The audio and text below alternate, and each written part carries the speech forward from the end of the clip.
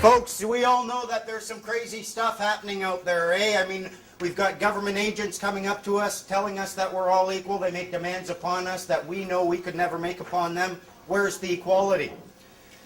On the screen, there's a little baby. That's Elizabeth Annie Lane. She's a little baby, came into my life about 4.5 years ago. 2 days after the birth of Elizabeth, ministry workers came in, removed her. No investigation, no assessment. Claimed she only had one caregiver.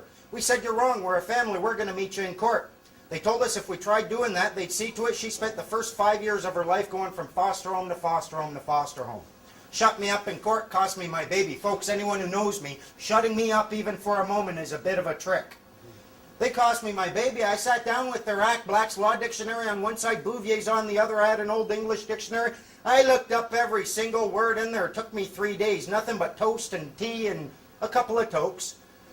Took me 3 days and I finally saw it. Have you ever seen these laser pictures? You see nothing until you focus past it and then a 3D picture pops into your head. Have you seen those? This is exactly what I saw when I did my statute deconstruction. I looked through and I suddenly saw what they were doing. This is their little trick.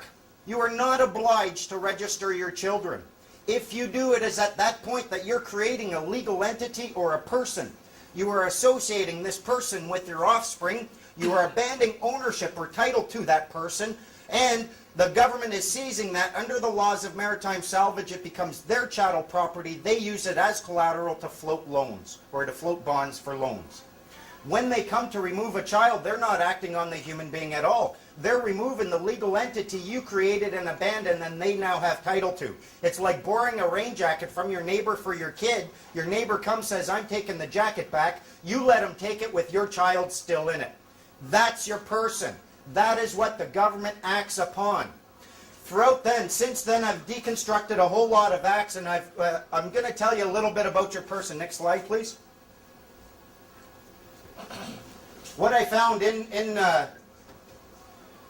my research, a human being and a person are not the same thing. We've been led to believe that they are, but they're not. In Black's Law Dictionary, you'll find a definition of a person, and it says, A human being is not a person because he is a human being, but because rights and duties have been ascribed to him.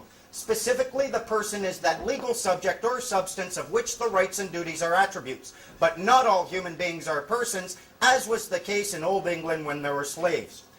You are not a person, you have a person. If you never know that this person exists, if the government is acting upon it and you are unaware of its existence, you're a slave to your own ignorance. Once you become aware of its existence, you can take it off at will. If that's the only thing they can act upon, you have the seed right there for your freedom. If you hold your jacket like this and say, go ahead and touch it, and the moment you touch it, I'm no longer associated with it, they're not going to want anything to do with that jacket. They're the ones left holding the hot potato. The purpose of this person it wasn't to deceive you. It wasn't to enslave you. It was to provide you with a very strong level of protection against government tyranny. If they never act against you as a human being and they're only acting against your person, you always have the option to reject their governance and therefore escape tyranny totally and absolutely peacefully. The purpose of the person is for your benefit. You, as a human being, do not exist for the benefit of your legal fiction. Your legal fiction is there for you. Just like a rain jacket is there for you. If you're in the rain, it's a good thing. If, however, it's a sunny day or you're in a lake, water up to your neck, it's something you want to remove lest it's going to harm or hamper you. The same is true with your persons. I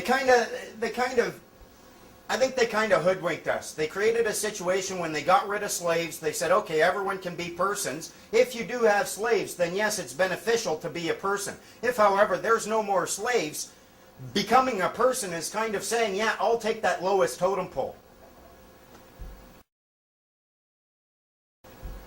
In the deconstruction of the acts, what I found, what I'll tell you about in the next little 30 minutes or so, we're going to go through the 6 fundamental tricks that I've noticed in deconstructing their acts.